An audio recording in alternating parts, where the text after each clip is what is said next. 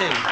אני מבין שאתם פניתם אליי כדי לקבל ייעוץ לחיי הנישואין שלכם. כן, מה אתה יכול לייעץ לנו? אתה יכול לייעץ לה שתעשה דיאטה? אתה יכול לייעץ לו שיסתום את הפה? אתה יכול לייעץ לה שתעשה ניתוח פלסטיק? אתה יכול לייעץ לו שאמא שלה מתה? אתה יכול לייעץ לה את האגרוף הזה לתוך הפנים, לייעץ לה אותו? רבותיי, אנחנו עוד לא התחלנו, אבל האמת היא שהמקרה שלכם נראה לי די חמור. מי? המקרה שלכם. מה? חמור. וזה טוב? מה טוב? איך חמור יכול להיות טוב? לא יכול להיות. מה חמור? חשבתי אמרת חמור. מה הקשר של חמור לכאן? הוא חמור. היא כלבה. אתה חמור. את פרה. אתה חתול. דבה. אני דבה? רבותיי, קצת דרך ארץ, קצת נימוס. בואו נדבר על מכנה משותף. ילדים למשל. כמה ילדים יש לכם? 3.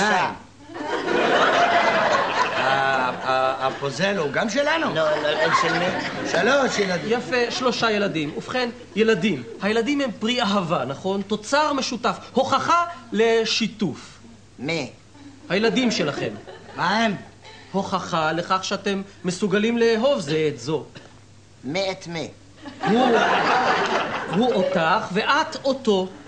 הילדים שלנו, הם מוכיחים את זה? מוכיחים יום-יום. את העצמות אני אשבור להם. ככה ללכלך על ההורים, זה הכל המדיניות שלך. אני בכלל לא יורקת לכיוון שלהם, זה המדיניות שלך. אלק מגעילה. לך, יא חזיר. יא פרה. חמור. כלבה. סוס. דבה.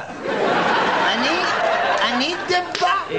סליחה רבותיי, זה אולי ייראה לכם קצת לא מקצועי, אבל האמת היא שאתם הזוג הכי נאלח שבא אליי.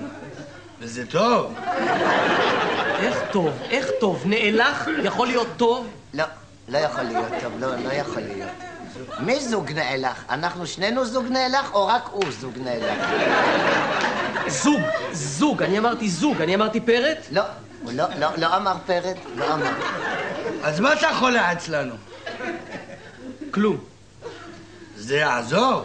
איך יעזור? כלום יכול לעזור? לא יכול לעזור. לא יכול לעזור. תגידו, למה אתם לא נפרדים? למה אתם לא מתגרשים וזהו? מי? אתם. שניפגרש? נתרד? תיפרדו. ומה עם כל השנאה?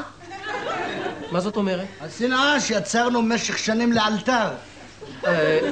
תעזבו, תגמרו עם זה, תפרקו את החבילה. אמא שלך תפרק את החבילה! יא חמור! יא כלב! יא סוס! דבה! מי דבה? אני דבה!